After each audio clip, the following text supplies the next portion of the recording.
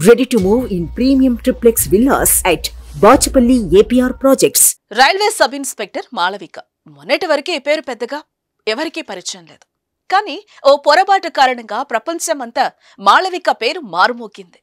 నకిలీ ఎస్ఐగా తేలి అందరి నోళ్లలో నానింది. కానీ నిజానికి మాళవిక అంతరంగం పరిశీలించినట్టయితే అనేక సంచలనాత్మక విషయాలు విద్యావంతుల మెదళ్లను తొలుస్తున్నాయి. అసలు మాళవిక ఎందుకు నకిలీ ఎస్ఐగా అవతారం ఎత్తాల్సి వచ్చింది? ఎస్ఐగా చెలామణి అవ్వాలని ఎందుకు అనుకుంది? అసలు ఎస్ఐకి కావలసిన అర్హతలు ఆమెకున్నాయా? పోలీస్ డ్రెస్ పై మమకారమే ఆమెను ఆ రూట్లోకి తీసుకెళ్లిందా? ఎస్ఐ డ్రెస్ దాకా ఆమె ఎలా వెళ్ళగలిగింది? ఎస్ఐ డ్రెస్ ఆమె ఒంటిపైకి ఎలా వచ్చింది? దానిని అడ్డు పెట్టుకుని ఎవరినైనా మోసం చేయాలనుకుందా?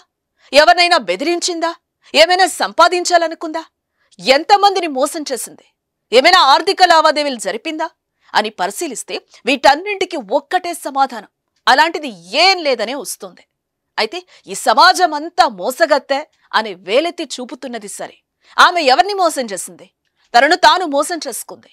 తన కన్న తల్లిదండ్రులను మోసం చేసింది. తనని నమ్మిన వారిని మోసం చేసింది.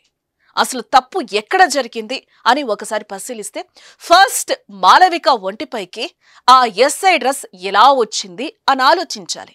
ఎవరైనా బ్లాక్మెయిల్ చేయడానికి తనే కుట్టించుకుందా, లేదా ఎందుకో మాళవిక కాకి డ్రెస్ కుట్టించుకుంది తెలిస్తే అక్కడే సగం కేసు తేలిపోతుంది.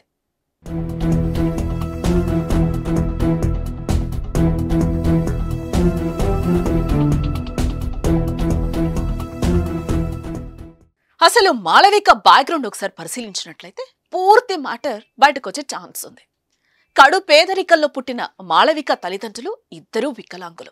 ఇద్దరూ రేయనక పగలనక కష్టపడి వచ్చిన కొద్దిపాటి డబ్బుతో మాళవికను ఉన్నత చదువులు చదివించారు. తండ్రి పాండప్ప ద్వారా వచ్చే కొద్దిపాటి డబ్బే వారికి ఆధారం. మొదట్నుంచి చదువులో చురుకుగా ఉండే మాళవికకు ప్రభుత్వ ఉద్యోగం వస్తుందని ఆ తల్లిదండ్రులు గంపడాసలు పెట్టుకున్నారు. ఎన్నో కలలు కన్నారు. ఇంటికొచ్చిన ప్రతి ఒక్కరికి తమ బిడ్డ పెద్ద ఉద్యోగం చేస్తుందని గొప్పలు చెప్పుకున్నారు. హైదరాబాద్ నిజాం కాలేజీలో పీజీ పూర్తి చేసిన మాళవిక ప్రభుత్వ ఉద్యోగ నోటిఫికేషన్ కోసం ఎదురు చూస్తూ పలు కాంపిటేటివ్ పరీక్షలకు ప్రిపేర్ అవుతుంది. అదే సమయంలో ఆర్పీఎఫ్ నోటిఫికేషన్ మాళవిక కంటపడింది. వెంటనే అప్లై చేసుకున్న మాళవిక నిబద్ధతతో చదివింది. తాను పడ్డ కష్టానికి ప్రయోజనం చేకూరింది. రైల్వే రిక్రూట్మెంట్ బోర్డులో ఎస్ఐగా ఎంపికైంది. అంతే, తాను పడ్డ కష్టానికి ఫలితం దక్కింది అని ఎగిరి గంతేసింది. తల్లిదండ్రుల కాళ్లకు నమస్కరించి తాను రైల్వే ఎస్ఐగా ఎంపికైన వార్తను చూపించింది. ఆ వార్తను చూసిన మాళవిక తల్లిదండ్రులకు నోటి మాట రాలేదు. తమ కూతుర్ని చూసి గర్వపడ్డారు. అప్పుడు తన తల్లిదండ్రులు కార్చిన ఆనంద బాష్పాలు మాళవిక మెదడు పలకంపై చెరగని ముద్ర వేశాయి. ఇన్నాళ్లు పడ్డ కష్టం ఒక్కసారిగా తీరిపోయిందని ఆ తల్లిదండ్రులు పట్టరాని సంతోషంతో గాల్లో తేలాడారు. తాము పడ్డ కష్టాన్నంతా మర్చిపోయారు. వాళ్ల జీవితంలోకి సంతోషం ఆలస్యంగా వచ్చిందని సర్దుకుపోయారు. అయితే అక్కడే పెద్ద ట్విస్ట్ జరిగింది.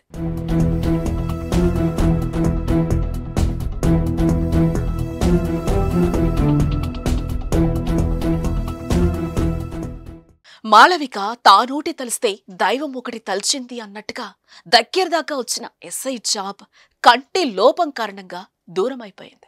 కంటిలో చిన్న మెల్లుండడంతో మాళవికను రిజెక్ట్ చేశారు రైల్వే అధికారులు.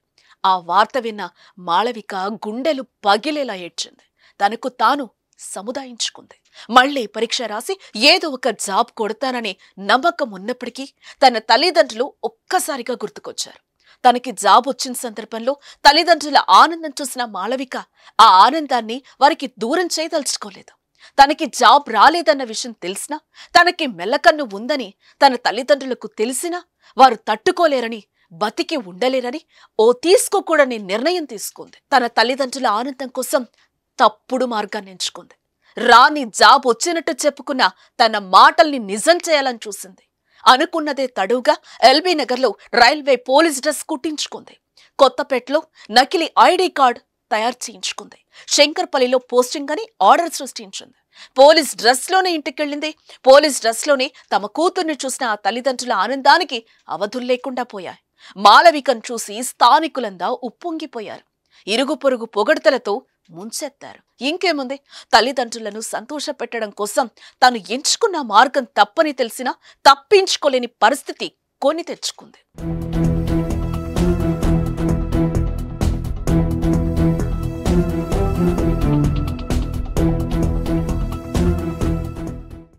కొద్ది రోజులు అందరినీ నమ్మించి ఆలోగా ఇంకా ఏదో పెద్ద జాబ్ కొడదామనుకుంది.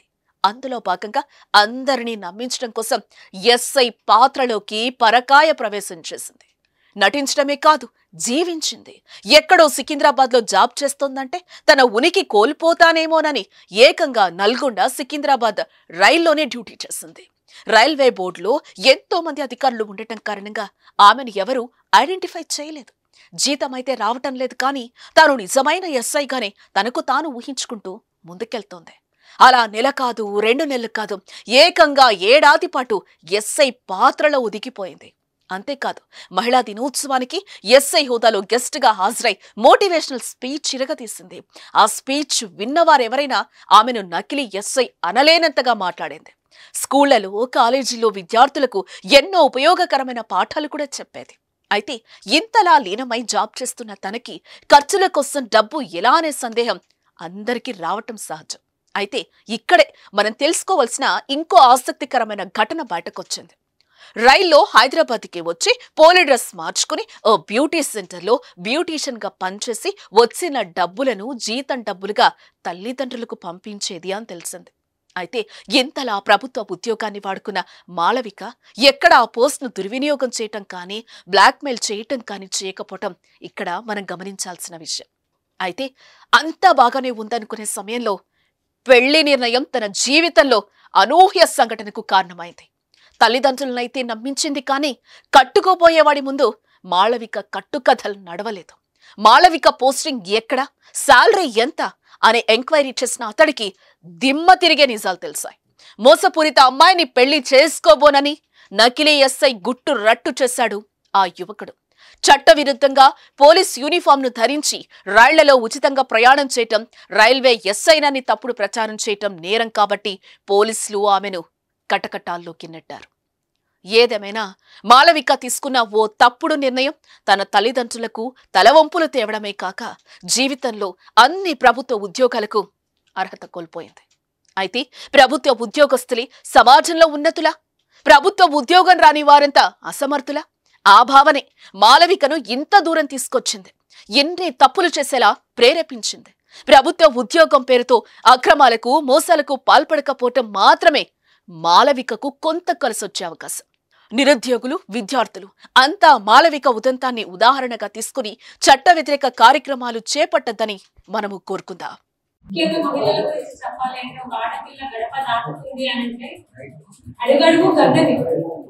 అది ఇంట్లో వాళ్ళతో ఉండకపోయినా నా లైఫ్ లో నేను స్వయంగా ఫేస్ చేసే సిచ్యువేషన్స్ ఏంటంటే, ఒక ఆడపిల్ల ఒక దగ్గరికి పోయిందంటే వెనకే కావచ్చు, ముందే కావచ్చు, కానీ చుట్టుపక్కల ఉన్న సమాజం అంతా వేరేసి చూపిస్తారు. ఏంటి, ఎక్కడికి వెళ్ళింది, ఏం జరుగుతుంది, విమర్శించడానికి విమర్శల ప్రపంచంలో మనం బతుకుతుంది. అదే విధంగా నేను ఏమని చెప్తా అంటే, ప్రతి ఒక్కరికి ఒక రిక్వెస్ట్ ఏంటి అంటే, ఒక ఆడది బయటికి వెళ్ళింది అంటే ఒక ఏదో ఒకటి సాధించడానికి వెళ్ళింది. మెయిన్ ఏంటంటే, మేము మా వయసుకి సపోర్ట్ చేస్తున్నాము, ఇంకేదో చేస్తున్నాము కాదు. 10 మంది వేరెత్తి నీ వైఫ్ ని చూపించిన ఒక ఆడపిల్లని, ఒక తండ్రికి నీ బిడ్డ ఇది చేస్తుంది అన్నా, అది కాదు నా బిడ్డ ఇది, నా బిడ్డ ఇది చేస్తుంది, ఇది నిరూపిస్తుంది, నా భార్య ఇది చేస్తుంది, ఇది నిరూపిస్తుంది, ఏ రోజుకైనా నా భార్య ఇలా నిలుస్తుంటది అని మీరు నమ్మి తనని బయటికి పంపండి, వాళ్ళకి స్వేచ్ఛ ఇవ్వండి, సమాజంలో వాళ్ళని ఎదగనివ్వండి. ఈ రోజు నేను ఒక జాబ్ చేస్తున్నా కూడా ఒక ఆడపిల్ల ఏం చేయగలుగుతుంది? నా ఐఆర్ ఆఫీసర్ ఒక అబ్బాయి అయి ఉంటాడు, వాళ్ళ కింద కూడా మనం లొంగి జాబ్ చేయాల్సి వస్తుంది. కానీ నీ హోదాకి ఆయన హోదాకి డిఫరెన్స్ ఉండొచ్చు, కానీ నువ్వు కష్టపడి జాబ్ కొట్టుకున్నావు కాబట్టి నీ వృత్తికి నువ్వు న్యాయం చేయాలి. ఎప్పుడైనా సరే ఒక హైయర్ ఆఫీసర్ ఏదో అంటాడని, ఎవరో ఒకరు విమర్శిస్తున్నారని నీది నువ్వు తక్కువ చేసుకోకుండా, ఎక్కడైనా సరే స్త్రీ అంటే ఒక శక్తి లాగా మేడం చెప్పింది కదా, వాళ్ళ తల్లి పేరు ఇంటి పేరు మార్చుకోవాలి, కానీ ఆ స్వేచ్ఛ ఉంటది కదా అత్తగారి దగ్గర, ఆ స్వేచ్ఛతోనే అమ్మాయికి ఒక స్ట్రాంగ్ శక్తి అన్నమాట. ఇంకా ఎక్కడికి వెళ్ళినా నేను ఇలానే ఉంటా, నా అమ్మ నాన్న దగ్గర ఉన్నట్టు నా స్టడీలో పరంగా నా తల్లిగారి పేరు మోస్తూనే ఉంటా, అంతే విధంగా భర్త గౌరవాన్ని మోస్తా.